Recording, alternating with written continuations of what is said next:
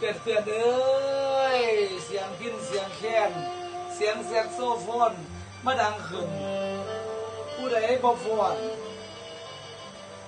ก็นั่งเบิ่งก่อนตัวนั่งถามเบิ่งเบาต่อเสียเดี๋ยวเบิ่งเพื่อนเอ้ย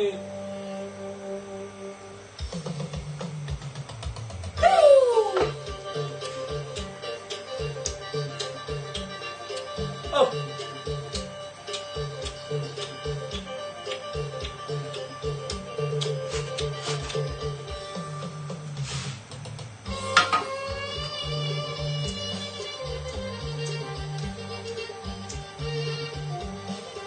โอ้โอ้โอ้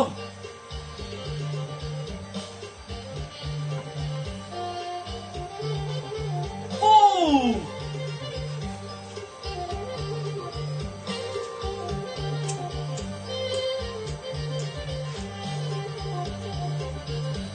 โอ้